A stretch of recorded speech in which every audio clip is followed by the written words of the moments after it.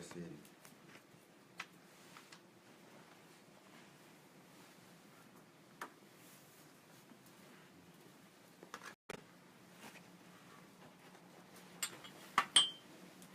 أطيعوا الله أطيعوا الرسول والأولي الأمر منكم.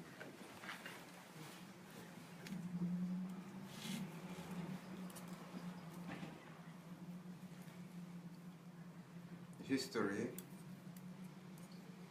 is important.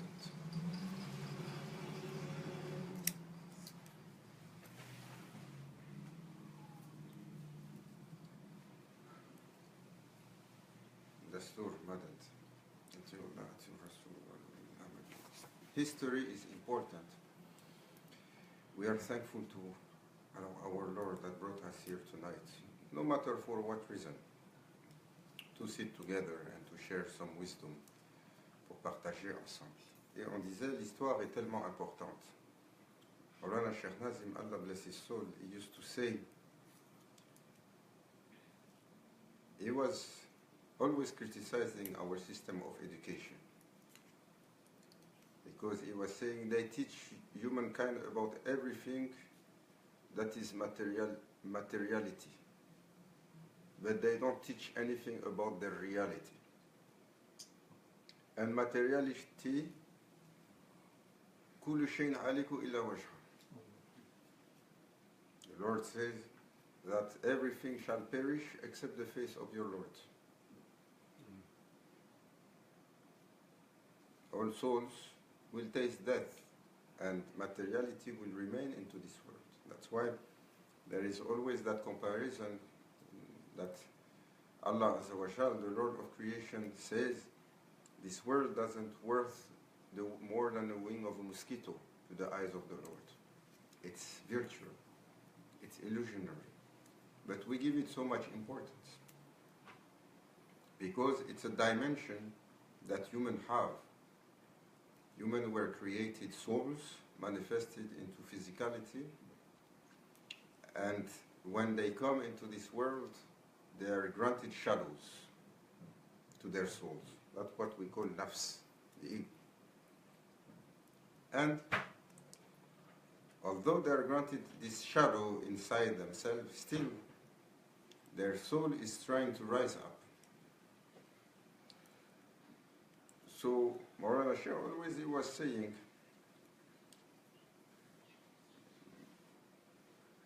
most important is eternity.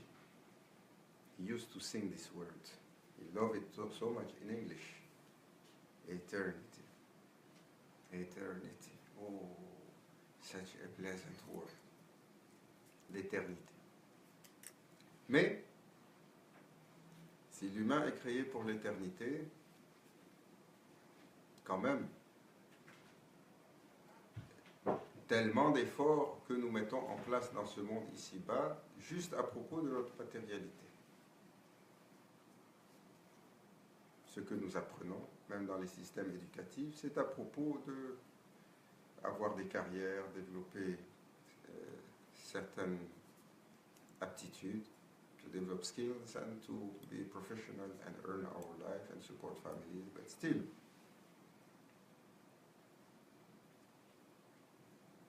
he says so little is spent, humankind spent billions, trillions, quadrillions of dollars in learning about materiality throughout all the science.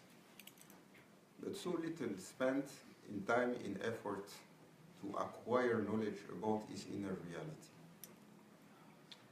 So he used always to shout at, he was especially shouting at everyone. Oh, you the Turk, oh, you the Arabs, oh, you the humans, oh, just to give lessons for people to have understanding that today this name that he gives has an archetype of doing a kind of mistake. Like he was saying one time, and Japanese, they master so much the knowledge, and they are so much, they develop pride of their knowledge.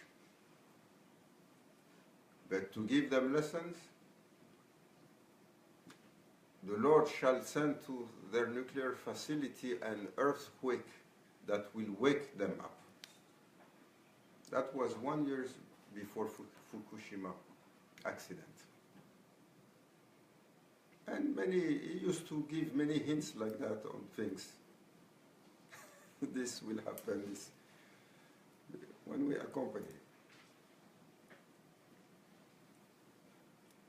So he used to say, Maulana Sheikh, Allah bless his soul and sanctify his secret. Élève son secret. Our apologies today. We have visitors. I don't know to which extent they understand French. Est-ce que tout le monde comprend français? Oui. Est-ce que c'est plus facile en français? On a quelques personnes qui ont du mal avec my bad English.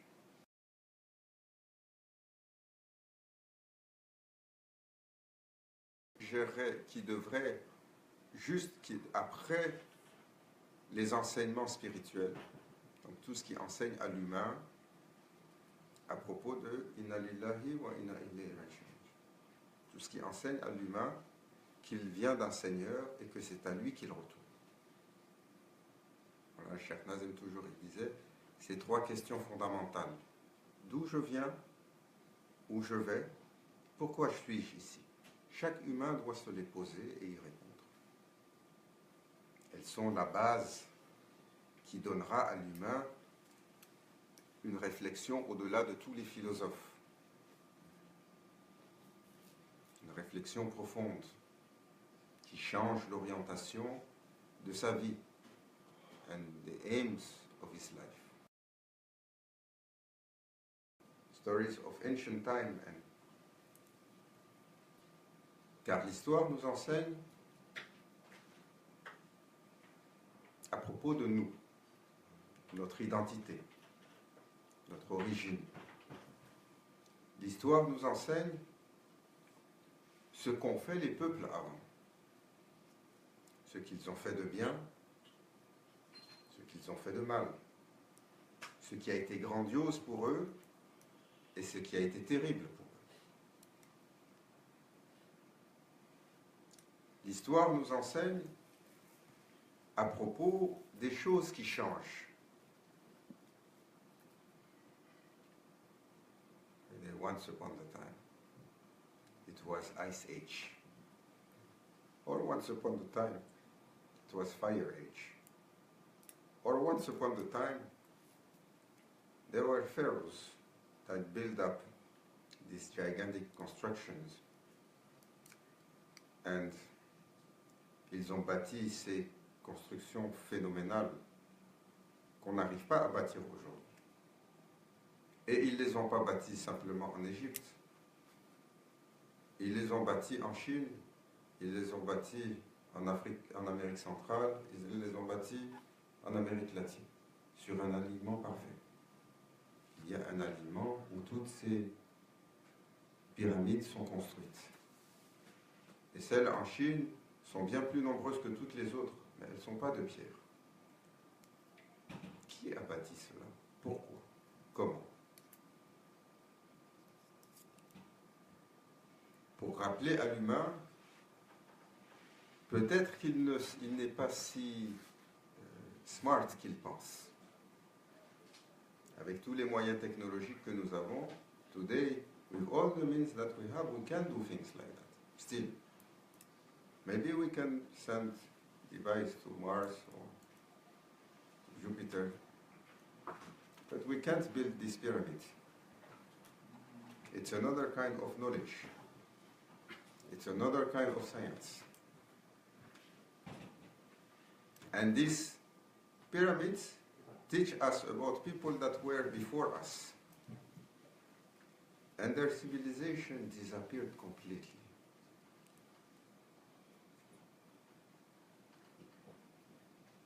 Like Maulana Sheikh, he questioned us once. Où est l'Atlantide? Where is Atlantis? Est-ce que ça a existé? Ça n'a pas existé? Tellement de spéculation dessus. Nous, on prend la parole des Awliya. Et c'est une civilisation qui a existé. Pourquoi elle a disparu et pourquoi on ne la retrouve pas? Elle a disparu parce qu'elle s'est corrompue comme nous, on s'est corrompu aujourd'hui. Et Allah Azzawajal l'a fait sombrer. On ne la retrouve pas car, comme bien des civilisations avant nous, il a effacé leurs traces, car c'était simplement les traces de leur arrogance.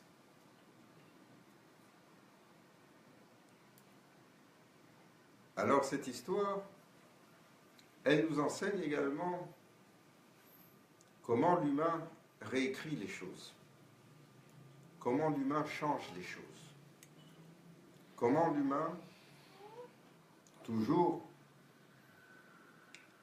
créé sur une prédisposition de fitra, d'une innocence naturelle, alors qu'il mature,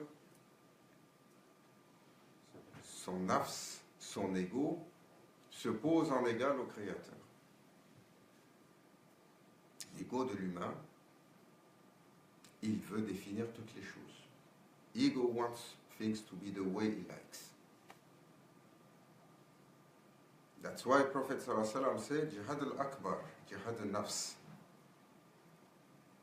The greatest strike, the greatest effort that all humans will have to do in their life, le combat ultime, l'effort suprême, va être l'effort que vous allez déployer, pas contre un ennemi en face de vous, mais contre le plus terrible des ennemis, celui qui vous habite. Et donc, l'humain réécrit l'histoire. C'était intéressant parce que hier, nous avions une conversation avec une jeune fille, une dame d'origine yéménite, qui a une bonne base de savoir et qui posait des questions que très souvent personne ne pose aujourd'hui, excepté les gens qui jouent dans les écoles salafis à désorienter les gens. Quand il y a des questions de aqid. Pourquoi on dit madad? Madad ya Cheikh, madad ya Sayyidi, madad ya Sultan al-Anbiya, madad ya Rasulallah. Pourquoi est-ce qu'on demande le support à un humain? Pourquoi on demande le support à un humain? Car le support vient d'Allah. Alors on dit, si le support vient d'Allah, if all support come from divine presence, alors pourquoi vous allez voir le médecin pour lui demander son aide quand vous êtes malade? N'est-ce pas le guérisseur, le Seigneur des mondes? Mais le Seigneur des mondes a établi la causalité dans ce monde. Et dans cette causalité-là, il a établi des moyens, le wassil, des moyens qui sont beaucoup plus efficaces. Alors, en cela, les prophètes ont enseigné que pour aller au Seigneur des mondes, il y a des chemins. Et parmi ces chemins, Ya ayyuhalladhina amanu ittaqullaha wa kunu ma'as sadiqin. Gardez le compagnonnage des véridiques. The truthful one. Keep their company. Si on n'a pas besoin de demander à quelqu'un, pourquoi Allah Azzawajal, il dit au prophète sallallahu alayhi wa sallam, à propos des Sahaba, et bien entendu pour les autres, quand ils deviennent oppresseurs envers eux-mêmes, alors ils viennent à toi, Ya Rasulallah, demander pardon.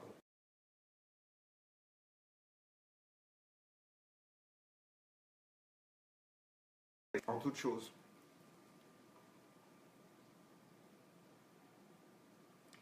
Alors je répondais à cette personne-là dans cette conversation en disant ce sont des points fondamentaux, des points doctrinaux. Et ces points doctrinaux, aujourd'hui, ils sont tellement confus chez Ahlul Sunnah wal Jama'a, chez le corps central des musulmans. Et ces points doctrinaux-là sont si importants que quand vous commencez à jouer dedans,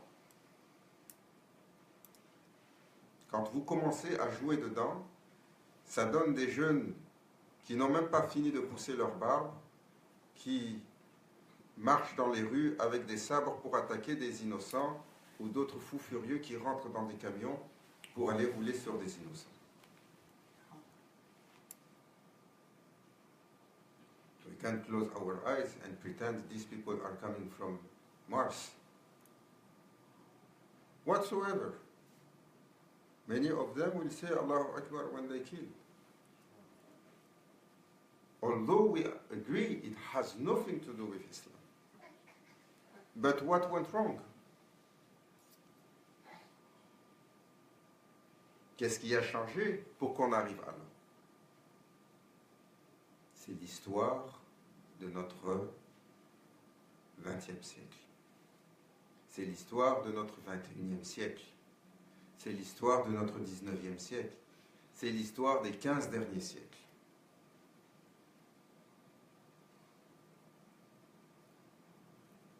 Mais en finalité, cette histoire est à propos d'un conflit perpétuel entre la lumière et l'obscurité. L'obscurité, qu'est-ce que Shaitan il a dit au Seigneur des mondes? Saïd Billah. Shaitan, Satan, qui a été rejeté de son envie des enfants d'Adam.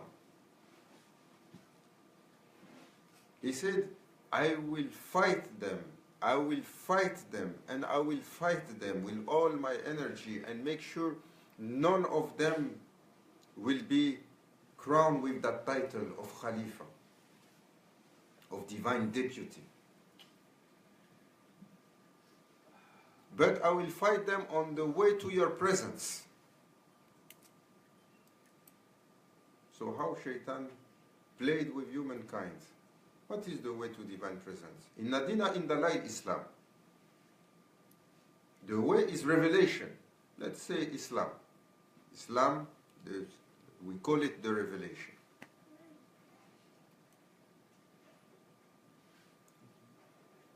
Always worse than,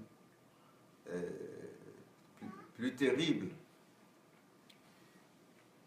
qu'un loup qui se cache parmi les moutons pour manger les moutons, c'est le loup qui pose comme un berger. The wolf that shows itself like a shepherd. That's more terrible than the wolf that shows itself like a lamb. So many things happen. And then as we were discussing this point of Aqidah, I say majority of Muslims today, they don't understand this point of Aqidah. They don't even have a base, ils n'ont même pas de base tangible pour comprendre quel est le doctrinal en islam. Pourquoi il y a ça, pourquoi il y a ça. Comme autrefois, tous les enfants apprenaient à lire le Coran, tous les enfants apprenaient les bases du fiqh, tous les enfants apprenaient les bases de la jurisprudence, et tous les enfants apprenaient les bases, quelques bases fondamentales du doctrinal. Alors dans la discussion, je lui ai dit, nous avons accompagné Maulana Sheikh Hisham pendant ses premières années en Amérique du Nord. Personne ne sait à quel point le travail qu'il a fait a été colossal. Because we don't know. When he came to America in 1990, US had 2,000 masjid registered. 50 masjid were making Mawlid Sharif. Sur 2000 mosquées enregistrées, 50 seulement célébrer le Mawlid, l'anniversaire du prophète sallallahu alayhi wa sallam. Les mosquées américaines étaient noyautées par les Wahhabis et par les Salafis et par les Muslim Student Association et on en passe. Et ils avaient fait passer ça comme des innovations que personne ne devrait pratiquer. Alors que le Mawlid, l'anniversaire de naissance du prophète sallallahu alayhi wa sallam, était un jour férié, célébré dans l'intégralité des pays musulmans, à l'exception de l'Arabie saoudite et des États-Unis. Alors, ça a été le début d'Internet. And when this Internet came, he was debating all the Salafi and Wahhabi scholars and leaders through Internet. Day and night. You will go into the White Room in Michigan. He was sitting, he had 4 people on computers. He had books everywhere. And he bought the books of Ibn Taymiyyah, the encyclopedia, to answer them, their own scholars. This Sheikh Mohammed Musa bought these books here in Montreal. The whole encyclopedia. Because Ibn Taymiyyah wrote an encyclopedia on Islam and one volume was on Tasawwuf. Now they don't print that volume anymore. One was on Sufism. Then they say, no, they deny Sufism, they don't print this volume. The whole encyclopedia, they print except this volume. Et je me souviens, dans cette pièce, il était assis, il y avait Cheikh Jibril Khattab, Cheikh Taher, Cheikh Shambazara, ils étaient 4 ou 5 comme ça, Abdul Karim Turk. Et il répondait, il recevait chaque jour des menaces de mort. En 1995, alors que personne ne connaissait le nom de Ben Laden, il avait écrit dans le Muslim Magazine un article complet sur Ben Laden, sur ses intentions et ce qui était à venir.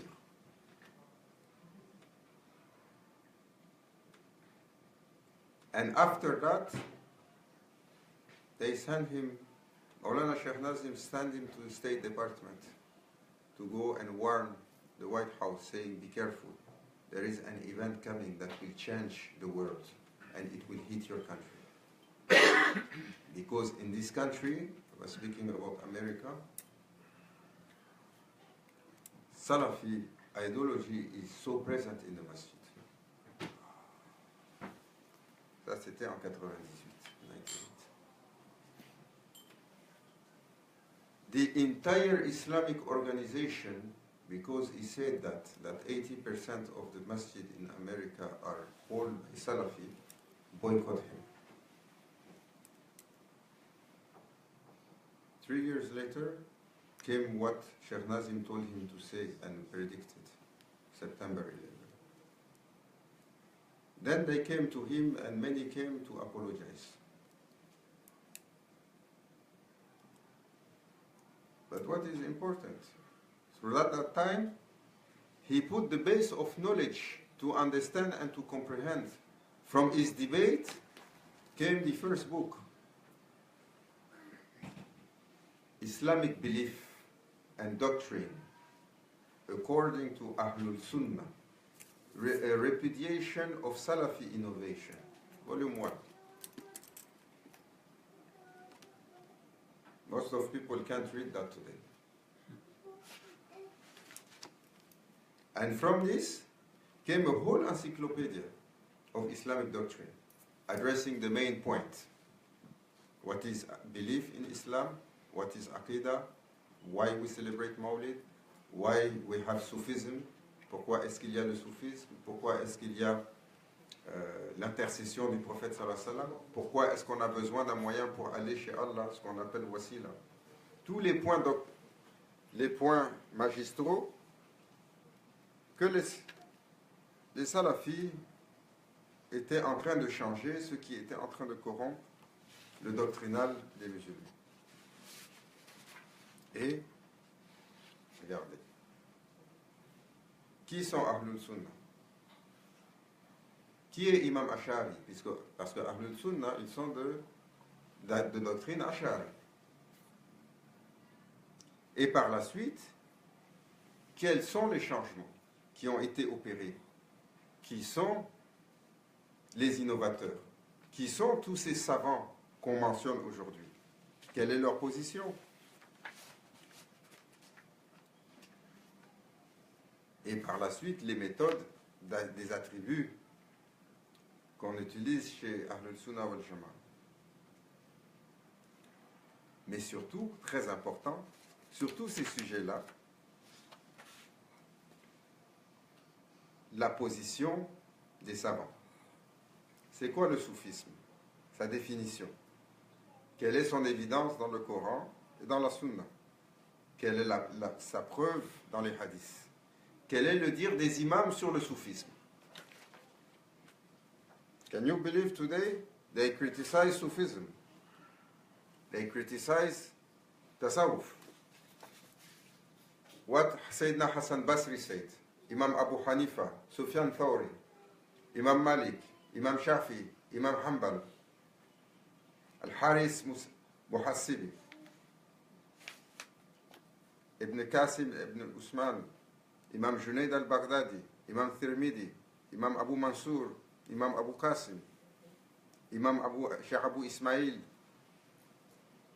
what Sheikh Ibn Taymiyyah said, what Ibn Jawzi said, what Imam Nawawi said. And it continued like that. All these names are the traditional scholars of Islam. They debate on these issues. Ce qui est important, c'est que le musulman,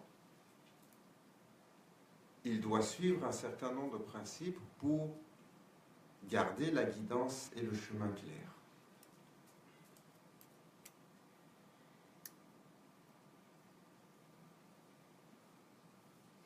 C'est Omar, radiallahu anhu, il a dit, pour rappeler, celui qui a un seigneur, il n'a pas d'opinion.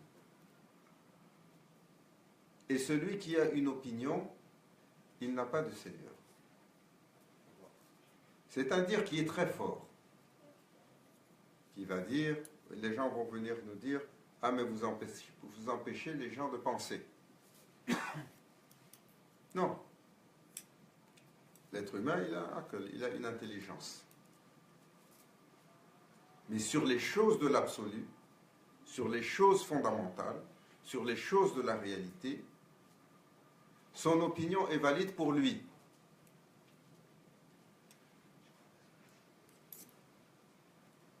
Son opinion est valide pour lui. Car s'il commence à l'étaler, à la défendre, et qu'il y a dedans quelque chose de corrompu, alors qu'est-ce que ça donne?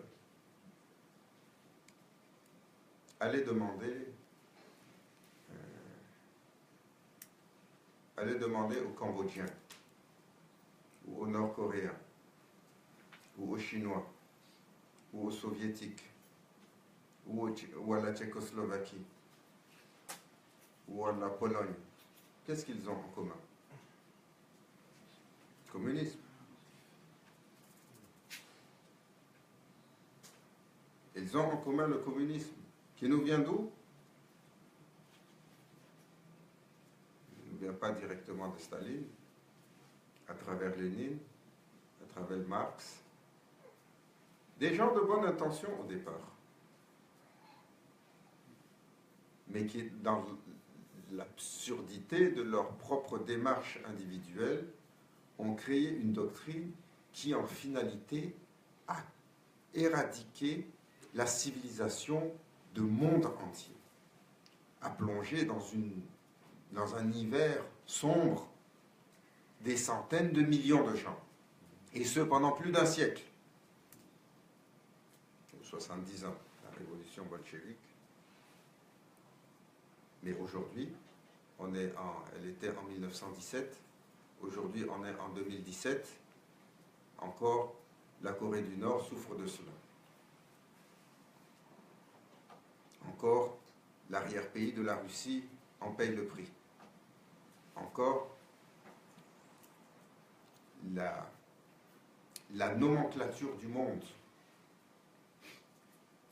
Parce que, regardez, de la pensée d'un homme simple, il s'appelle Marx, il écrit, viennent des gens qui utilisent cette pensée, l'implémentent, créent un système qui crée le chaos, qui crée deux guerres majeures. De ces deux guerres-là, on redessine l'intégralité de la carte du monde. De ces deux guerres-là vont naître la guerre froide. Et par la suite, tous les conflits géostratégiques qui font que c'est un cauchemar encore aujourd'hui dans la majeure partie du monde. Comment les scientifiques ils appellent ça? Quand la pensée, quand un élément simple d'un côté du globe est capable de créer un ouragan de l'autre côté. Hein? L'effet papillon. On a des docteurs ici. Le butterfly effect. C'est quoi l'effet papillon? Le battement d'aile d'un papillon, quelque part, sur les mathématiques météorologiques, peut créer un ouragan ailleurs. Voilà pour les chaînes. Sur un élément simple, bien intentionné, mais mal guidé, est sorti quelque chose, allez demander aux Cambodgiens, la guerre qu'ils ont connue, où ils ont bâti des murailles entières de crânes humains. Sur la pensée d'un homme qui a écrit un livre qu'il appelait Mein Kampf. Combien de millions de gens sont morts?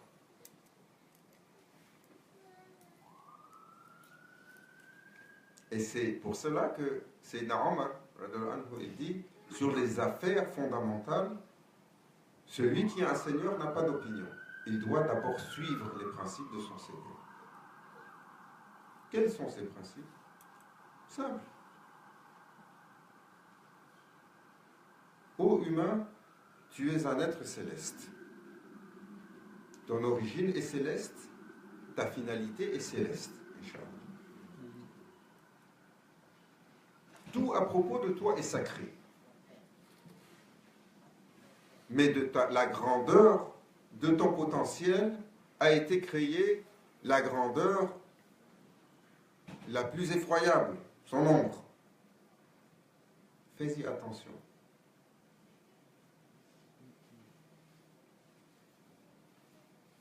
Tu dois aimer ton prochain. Tu dois le servir. Tu ne peux pas toucher à son sang, à sa propriété, à son intégrité. La femme, ô homme, est ton égale. Elle a ses droits, l'enfant a ses droits, la nature a ses droits, les animaux ont leurs droits. On te demandera, devant ton Seigneur, on te demandera à propos de tout ce que tu as fait. Et chaque chose que tu as transgressée sera une transgression pour laquelle il y aura un prix, aussi minime qu'elle soit.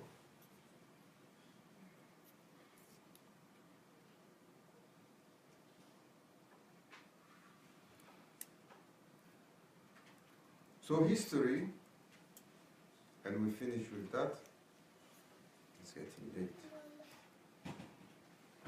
is so important. Mais ils ont effacé la mémoire des musulmans. Demandez aujourd'hui aux musulmans d'expliquer la topologie ou la topographie du monde musulman. Pourquoi c'est comme ça? D'où est-ce que ça vient? Pourquoi tant de confusion? Pourquoi tant de conflits? Pourquoi une révélation unique, aujourd'hui tellement multiple? Pourquoi une révélation qui a apporté la renaissance, in spite of their understanding and their will? L'islam et la civilisation arabo-musulmane, sur l'ouverture qu'elle a fait sur la connaissance, a insufflé à l'Europe sa renaissance. C'est l'exemple des musulmans qui a fait que les souverains européens, lorsqu'ils ont vu ce qui s'était développé à Constantinople, ils ont formé leurs premiers philosophes, les humanistes, qui ont insufflé la renaissance avec la connaissance qu'ils apportaient, soit de Bagdad ou d'Andalousie. Ça aussi, ils veulent changer. Ils disent la chimie nous vient de Lavoisier. Rien ne se perd, rien ne se crée, tout se transforme. Et Lavoisier, il était avant les Égyptiens. Et la chimie, elle ne vient pas de l'alchimie. L'alchimie, c'est pas l'alchimie, mais la science des Arabes. Allah Azza wa Jal nous donne la bonne compréhension sur l'islam.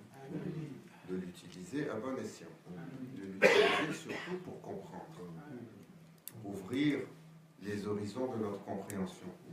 Pour ouvrir le bassin de sagesse. Surtout. Et pour comprendre le défi de l'humain. Et pour comprendre la problématique aujourd'hui si forte avec les musulmans qui ignorent leur propre identité, qui ignorent l'océan qu'est l'islam et ce qu'il a apporté et ce qu'il comporte. Et le shaitan, sur cette ignorance, est en train de semer la désolation parmi les musulmans. Ila hadratina bil Fatiha.